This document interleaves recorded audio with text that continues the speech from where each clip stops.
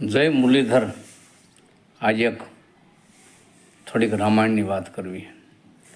લંકાના રણમાં રામે બ્રહ્માસ્ત્ર છોડ્યું, રાવણ મેરું નહીં. પછી વિભીક્ષણ સામું જોયું. વિભીક્ષણ ઈશારો કર્યો કે નાથ પ્રભુ હે રામચંદ્ર ભગવાનજી, એને નાભીમાં પ્રહાર કરો. નાભીમાં રાવણને અમરકુંભ છે. અને નાભીમાં પ્રહાર કર્યો ને રાવણ ધણી દઈને લંકાની રણાગ્રામમાં પડ્યો. લંકાના રણમાં રાવણ પડ્યો.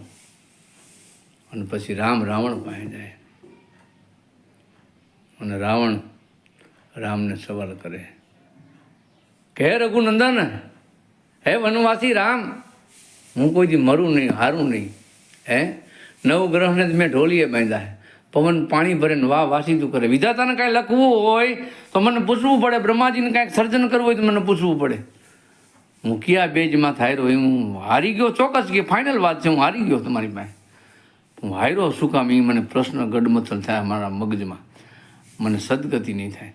મને પ્રભુ તમે જણાવો કે હું કેમ હાર્યો. અને તે રામ બહુ સારો જવાબ આપે, રાવણ તારા હારવાનું એક જ કારણ, તો કે શું? તારા ભેગો રાવણ તારો ભાઈ નથી, અને એ પાછો મારા ભેગો હોય, નહીંતર દુનિયાની તાકાત નથી તને કોઈ હળાવી શકે. એટલે લોકકવિઓ લખતા હોય શું કહે, આઈ મંગલ ઘડી મહેમાન થઈને મલક બધો આવી મળે.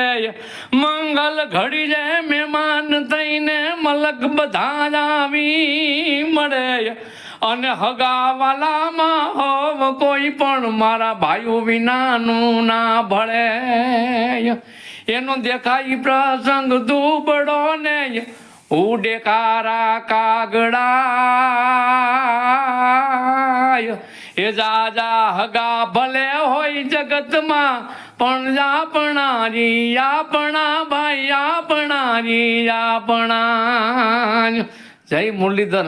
આવા મારા અવનવા વિડીયો જોવા માટે અમુભાઈ યુટ્યુબ ચેનલ 5115 ને લાઈક કરો, શેર કરો અને સબસ્ક્રાઈબ કરો.